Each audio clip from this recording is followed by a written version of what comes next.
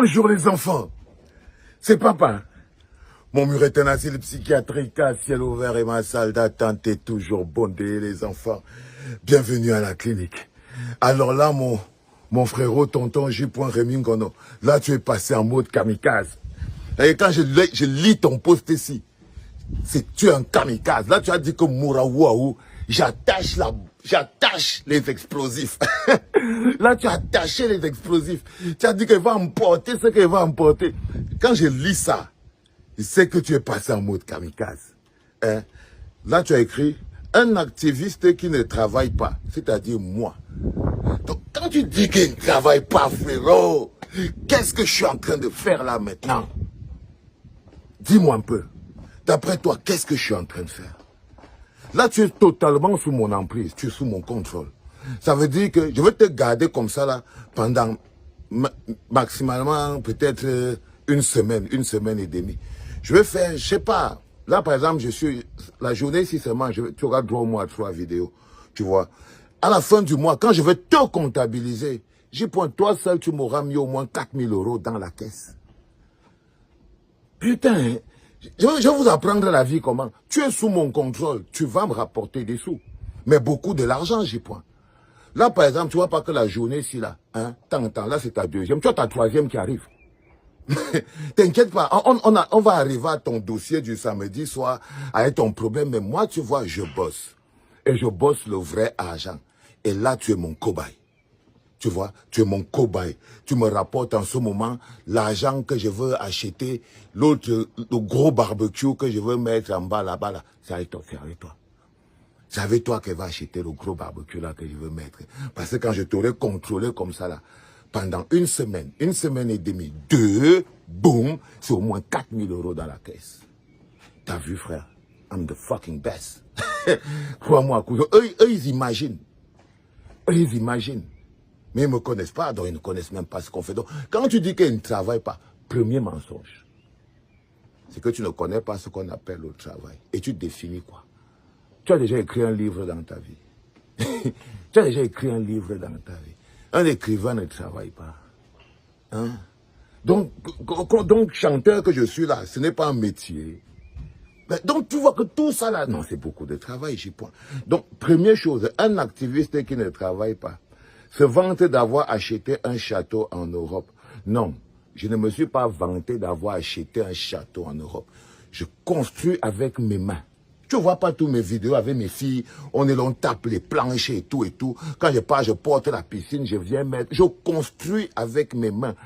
Brique par brique, planche par planche. Est-ce que tu captes, frérot? Je bâtis, je construis. Je ne me vante pas d'avoir acheté. Ah, mon petit, qu'est-ce qu'il y a? Quand il parle en français, tu comprends quoi? Tu comprends avec les fesses? Tu comprends comment? Qu'est-ce que tu ne comprends pas? Quand je te dis que là, par exemple, tu crois que je suis en train de faire quoi ici? À l'heure-ci que je suis placé. Tu crois que je suis en train de faire quoi?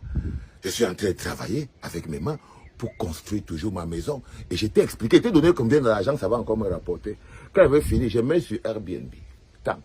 Et je mets ça chez les maisons des milliardaires. Tant. C'est 1 000 € la journée. C'est 1 000 € la journée. Tu vois, non, quand on veut tout finir, c'est presque beau, hein? Il manque que j'arrange la petite pièce en bas là-bas et tout. Hein?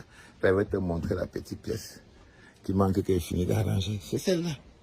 C'est la petite pièce du barbecue, la cuisine de la piscine. Donc, quand les amis, tu viens avec toute ta famille, vous vous amusez là en bas et tout, les chaises, j'ai tout mis et tant. Après, vous avez la cuisine pour faire le barbecue. C'est pour ça que ça va coûter 1 000 €, frérot. La journée. Tu vois, et ça, c'est toujours le blé. C'est toujours de l'argent. Donc, tu dis, avoir acheté un château en Europe, non. Tais-toi vite. Je construis avec mes mains. Je construis avec mes mains et ma sueur. Quand j'ai 1 franc, je descends là-bas, je ne vais pas mettre ça. Et toi, tu vas me faire avoir beaucoup d'argent. Tu vas me faire au moins finir la petite cuisine en bas là-bas parce que je dois acheter une sérieuse machine à barbecue. Je veux le moteur, quand ça démarre comme ça, la machine, tu tapes une grosse entrecôte dedans, même les Vikings vont venir ici là pour manger sur ce truc et tout. Alors tu dis qu'un activiste qui ne travaille pas se vante d'avoir acheté un château en Europe. Il vient d'envoyer en direct que le ministre Atanganji, pour moi Atanganji ce n'est pas un ministre, pour toi lui il est un ministre. Pour moi c'est un voyou. C'est un voyou. Tu vois, moi je pourrais jamais dire oh le ministre Atanganji. Non, j'ai le temps là. Ça c'est le vocabulaire de quelqu'un qui est sous contrôle. Je suis désolé mon frérot. Moi, pour moi, Atanganji n'est pas un ministre, c'est un sale bandit. Ok? Il dit que le ministre Atanganji avait envoyé son père qui milite dans le parti de Paul Biya, donc c'est le RDPC. Son père qui milite dans le parti de Paul Biya. Et il a expliqué que mon père, il y a 80 beaucoup d'années, il ne voit même plus. Tout ce pourquoi il milite en ce moment, c'est pour les chevaux. Tout ce pourquoi il milite en ce moment, c'est pour les chevaux. De venir lui mettre... Donc, il dit donc que mon père, que pour la temps, j'avais envoyé mon père, qui milite pour le parti de Paul Biya, de venir lui remettre une grosse enveloppe quand il était en prison. C'était pourquoi, non, quand il était en prison. C'était pourquoi, où sont partis ces millions? Tu vois, j'ai dit ma chose, toi tu dis pour toi. Non, non, moi pas dit, il faut respecter la pauvreté de mon père. Ok, c'est un mot-là il porte. Maintenant, il a la chance que son fils se souffre. Et il mange bien parce que je suis son fils. Si aujourd'hui il vit, c'est pas parce qu'il était dans le RDPC. Il est presque aveugle, le pauvre. Le RDPC, c'est un parti ingrat. C'est un parti ingrat. Il ne peut même plus gagner quelque chose. Là, si Soufo n'est pas là en ce moment, pour lui, c'est chaos. Si Soufo n'est pas là en ce moment, pour lui, c'est mort. Tu vois, donc il milite en ce moment pour son fils que je suis, pas Soufo. Parce que c'est son fils qui paye ce qu'il va manger. C'est son fils qui paye ce qu'il va manger. Mais si on reste dans le temps, donc le gars s'imagine quand même que depuis 7 ans que je suis sorti, depuis 8 ans comme ça là que je suis sorti, c'est maintenant que je suis en train de venir construire la maison avec le million qu'on aurait donné à mon père pour venir me donner. Non, j'ai été précis, Rémi. J'ai dit quelque chose de précis. J'ai dit que le Atanganji menace mon père. Il n'est pas dit que lui donne de l'argent. Quand il dit qu'en plus tu manques, ce n'est pas normal. C'est là où je te dis que ton histoire de journalisme là, c'est que si tu peux écouter une chose et ton oreille entend une autre chose, c'est que tu as un problème. C'est que tu n'es pas un journaliste, tu es un propagandiste. Là, par exemple, ce que tu viens de faire là, c'est la propagande qui milite pour le parti de Paul Biya. Tu vois, on appelle ça de la propagande. Tu essayes de faire de la propagande et tu travestis l'information. Entre se menacer, je vais te mettre en prison, lui aussi va partir en prison. Comme vous avez tenté de faire un coup d'État, c'est ça, menacer. Hein? Et finalement, ils l'ont mis en prison, le petit. Ils l'ont mis en prison, le petit. C'est pas de ça qu'il s'agit, Rémi. Non.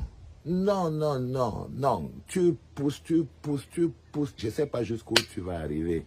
C'est pour ça que je t'ai dit que tu as dû porter la ceinture des kamikazes et tout. Tu t'es dit que on va seulement péter en l'air, mouraouaou, tu vois. Mais ce n'est pas logique. Un grand ne finit pas comme un enfant. Tu vois ce que je veux dire? Non. Mon père a été torturé par Paul Atanganji. Respecte sa douleur de vieillard.